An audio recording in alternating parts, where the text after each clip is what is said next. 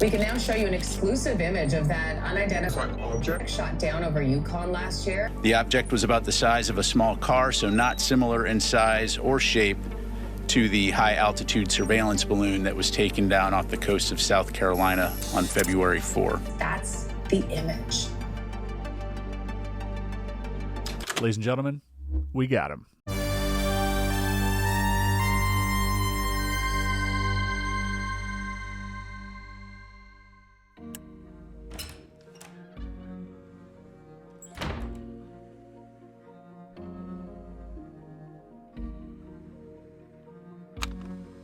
Just watching one of the latest videos, and so I've got the story. About a decade ago, my brother and I, we were driving home from, I guess, moving back to Utah. On our way through Nevada, I was looking down the road, like just middle of the desert, right? What I thought was a street light. Anyway, the street lamp thing started moving, came to about 30 feet directly above our heads, and then just stopped. It was about the size of a large beach ball, soft orange glow. It just, just split. From being directly over our heads, it shot over across Nevada mountains, like in a fraction of a second. Just gone. The only reason I still believe that it wasn't something I made up is because my brother remembers it too, and sometimes we'll talk about it. But yeah, super crazy experience. Ladies and gentlemen, welcome back to another episode of Debriefed. My name is Chris Ramsey, and I want to thank you for being here, first of all. Secondly, thank you for all the support that you guys have given me on the latest videos. Our last upload featuring Spidey, a behavioral analyst. We took a look at a lot of whistleblowers and presidents talking about Area 51 and NHIs. A very, very interesting video indeed. If you haven't checked it out, go have a look. And thank you as well to all of those who've recently joined the Patreon. There will be more coming in the next few weeks as we ramp up with the investigations that I have planned. But in the meantime, I wasn't going to actually talk about this, but I found it to be very interesting as some new information has surfaced. So some of you know in 2023, there was a ton of activity in our skies. And I mean official activity. I don't mean the activity of people seeing lights and strange things in the skies. I mean the government, the Pentagon, NORAD, the Air Force, FAA, Canadian military. They all got involved to take down several of these, as they put it, UAP. So there was a streak of these quote-unquote spy balloons that were taken down starting on January 4th in South Carolina. I think there was footage released. I think there was images released of this. It wasn't that much of a mystery. The payload had been, I think, recovered once it went down in some waters. The next few, however, remained a little bit of a mystery until now. Ladies and gentlemen, we got him. This, folks, is the image released by a Freedom of Information request, or the equivalent to a Freedom of Information request, submitted to the Canadian Armed Forces. This is the image of the craft that was downed. Now, there were multiple crafts that were down during this time period, so it's important to know which one is which. The one over Alaska that was down, that was as small as a car, that was a different one than this one. We don't yet have any photos on that one. That one was spotted at 40,000 feet and was tracked for about 24 hours going over some sensitive airspace in Alaska before it was taken down by an F-22. The one we're looking at now is a different one. This is one that went over Canadian skies. You're in my territory now. This is my home. It was swiftly taken down as well with the help of NORAD. This and the others apparently have not been recovered. The terrain was allegedly too rugged. I know a lot of people out there, myself included, are curious to know if that's true. Are they just hiding some alien tech? There's no way of knowing. So for now, we just kind of have to sit on that. CTV actually obtained the email exchange, which happened back in February 2023, preceding the takedown of this craft. Now, this went back and forth internally in the Canadian government, and it was poised to be released, to be tweeted, actually, maybe a few days after it was taken. However, someone stepped in and said, no, we cannot release this. This might be a breach of national security. It might be against protocol. So this image was actually cleared to be made public shortly after the object was shot down, but then it was held back. Why? The Department of National Defense thought it may cause more confusion. And to that, I say I totally understand. If you don't know what the object is or how it got there, you don't want to release information because that might give, let's say, the enemy a hint on how to get into the country safely, right? So I understand the national security risk in withholding this type of information, but now it seems like they've released it and it seems they've deemed it to be declassified or unclassified. Now, the image you're seeing and the description that is given are kind of two different things, and that's what confuses me a little bit. So this looks like a horseshoe. It looks like a UFO. It doesn't, I can't really say it looks like anything else. Now, is that because of the angle? Is that because of the really terrible, photocopy image that we are given? The quality isn't great, but by looking at this thing, it does look really intriguing. Now, it's also important to note that the object taken down in Alaska was not a balloon.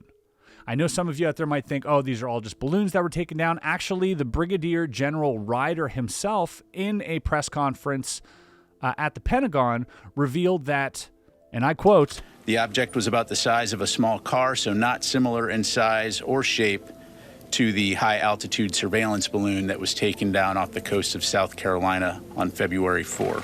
Another quote here is, "We're calling it an object for a reason. It's not a balloon. We don't know how it's staying aloft, yet it is." That is from the NORAD general. The reporter asked, "Are these extraterrestrial, General?" And the answer was, "I'm not ruling anything out." So we know that it wasn't a balloon. Okay, so whatever was taken down in Alaska was something different, the size of a car. Now, they said it remained aloft. They didn't comment on the speed or trajectory or any of that stuff. That is still classified and under secure hands. This horseshoe-shaped object, however, had a very different description.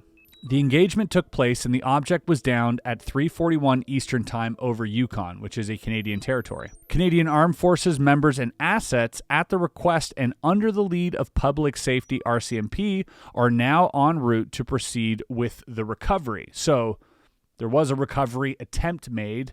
Did they find anything? Apparently not. They called it off a little bit later. But here's the interesting thing. The best description that we have is visual, a cylindrical object. Top quarter is metallic. Remainder is white. 20-foot wire hanging below with a package of some sort suspended from it. That first part of the description is really interesting because now we're talking about something that sounds a lot like a UFO. We're talking about a cylinder craft when, by the way, if you look at a disc from its side, it also has a cigar or cylinder shape, right? So depending on the angle you're looking at it, it might look different because the picture that we're seeing clearly does not resemble a cylinder at all. Now, it says the top part was metallic and the bottom part was white. Let's assume that this picture here, that the dark spot was the metallic, and we're looking at it from an angle, like a front head-on angle or a top-down angle. Now, if we flip that to the side, it might look like a cylindrical craft with a dome, a metallic dome on the top of it. This all, to me, folks, sounds like a UFO. They even call it UAP 23 because this is the 23rd sighting in that short amount of time that they've had of a UAP. So this is UAP 23. That is the official name of this craft, by the way. Super interesting. Now, it is technically, by all definitions, a UAP, an unidentified aerial. Is it aerial? Anomalous phenomenon. That doesn't mean it has aliens in it. It could be just some tech from a different country. We don't know. One thing that did strike me as interesting is the 20-foot wire with a payload hanging under it. That, to me, does not sound like a UFO or a UAP. I've never heard or seen of a UAP dragging a payload. Then again, I never really encountered, what was confirmed to me to be a UAP. So who am I to tell? You guys maybe do some research and let me know if you heard of any other UAP dragging a payload. I thought that was really interesting. Now, there are some conflicting pieces of evidence here on both sides that lead me to believe that either this might be just some Chinese spy balloon drone type thing, or that this might be a craft from an extraterrestrial civilization. The two different opposing pieces of evidence that I present to you today. One, here's a picture from a Chinese spy balloon with a payload under it. Now, from this angle, do you see how this might be able to be misconstrued as a horseshoe shape, especially with a very terrible quality of image? I mean, I guess it is a good explanation. I will say that this is a good explanation. Does it explain the cylindrical shape of it? No. And does it explain the image that we're looking at here? No. But it is an explanation, I will say that, and we do have to be a little bit forthcoming with all the evidence that is presented. The second piece of evidence that I present to you folks is this video here.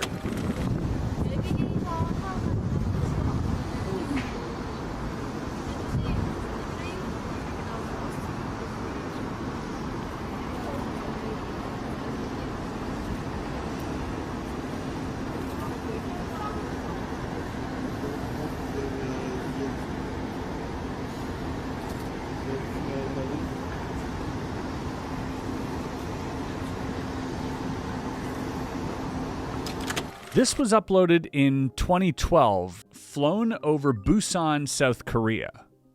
Now, this thing goes pretty fast. And at one point, I mean, come on. The resemblance is uncanny. This looks exactly like that photo. Now, as we watch this video, it kind of teeters to the side and it goes back the other way. A very, very intriguing video indeed. And this thing does look like it is... I mean, this thing looks like it's flying. Just a really, really fast craft. And it really is interesting that this video only resurfaced due to the photo that was released by CTV. I think that's what's really nice about these type of things. And this is just my personal opinion, that when we get some type of, report, that collectively we're able to go back through the archive of the internet, through, MUFON archives and old videos, and then pull up these other, seemingly similar videos and photos. I think that's the best part of the internet, is that you can't hide. If it's out there, we're going to make sense of it. We're going to find it. Now, this is really interesting. Is this the object that was shot down? No one knows. But these two do look very similar. And these wouldn't be the first horseshoe-shaped UFOs that have been spotted. UAP Juan on Twitter posted recently 3 cases that my guess is probably from like some MUFON archives of sightings that revolved around horseshoe-shaped crafts. So in Roswell, New Mexico, 2007, not 1947, Patricia and Carol reported seeing a triangular or possibly horseshoe-shaped, dimly lit object that looked ghostly or smoky and seemed to be dimming and brightening in and out of visibility. Also near Boston, Massachusetts, in June 2005, the passenger and his daughter were flying in an AA-757 to Europe. The witness states that 20 minutes after takeoff, a horseshoe, crab-shaped silver object was quickly overtaken by our aircraft at 8:14 p.m. But it was definitely not a plane. That was in 2005. And then finally in Boston again in 1998. But my attention soon changed to our moon that was visible at this point during the day. To the right of the moon sat a silver horseshoe-shaped object. It looked like the moon in silver form in 3 dimensions. Now, are those the same things we see here? I don't know, but it is interesting to note that this is a shape that is quite unique. Normally we see the cylinders, we see the orbs, we see the triangles, even octagons, and obviously flying discs. But very rarely do we come across these horseshoe-shaped UFOs. Maybe it's just an intergalactic sign of luck. I don't know. Also, about 8 years ago, Secure Team 10 reported on this. They're a YouTube channel. They cover a lot of this UAP stuff, but there is this seemingly horseshoe-shaped UFO that appears on an ISS feed from NASA shortly after. Apparently, the feed was cut. Now, is this time for me to get on the tinfoil hat? I don't think so. I don't know if that's credible. I don't know where this comes from, but it does look interesting.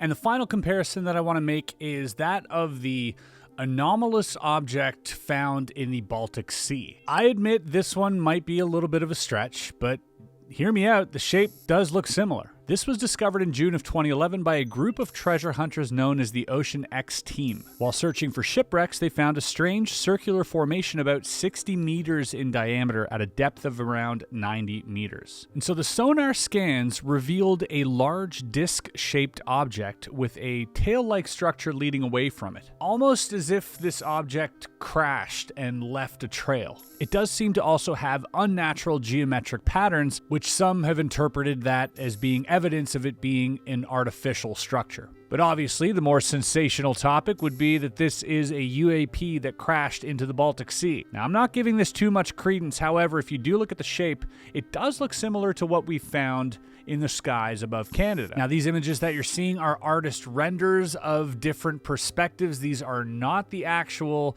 renders of what this would look like down there. I'm surprised we haven't pulled this thing out of the water yet. Where are we on that? Are we doing that? Let me know in the comments. I mean, it's only 300 feet deep. We should be able to pull it up. But in 2012, they did send a team down there. A few things happened. One being that electrical equipment would malfunction when they got close to this thing, which, all right, interesting.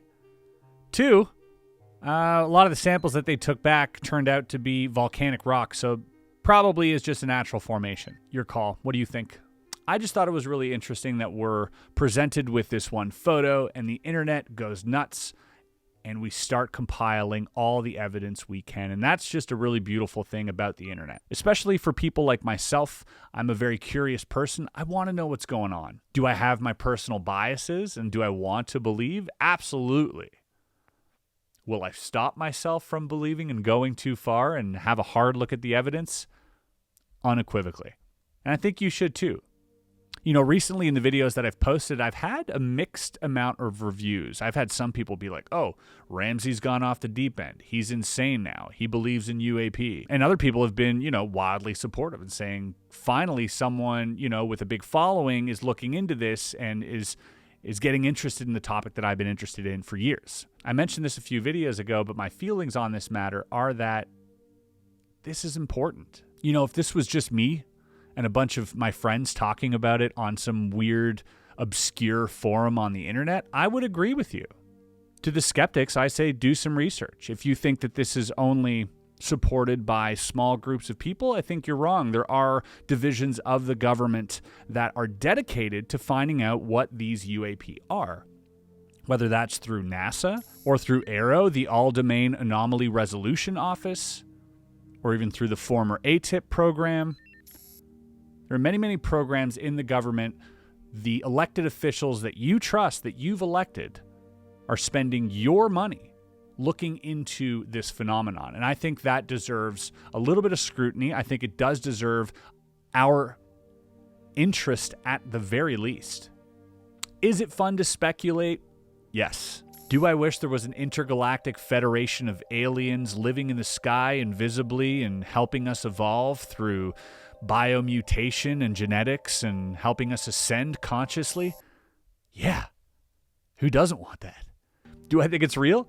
No, but I'm looking into it, and I do enjoy having these conversations, and I think these conversations are healthy to have as we progress. And I do firmly believe that the people who are not having these conversations are the ones that are going to look insane in a few years. Something I want to put on your radar as well is October 23rd, James Fox, the filmmaker and director who made Moment of Contact, will be releasing a new film entitled The Program. James Fox is known for his multiple documentaries regarding UAP, including Moment of Contact, which was one of my favorite documentaries regarding UAP.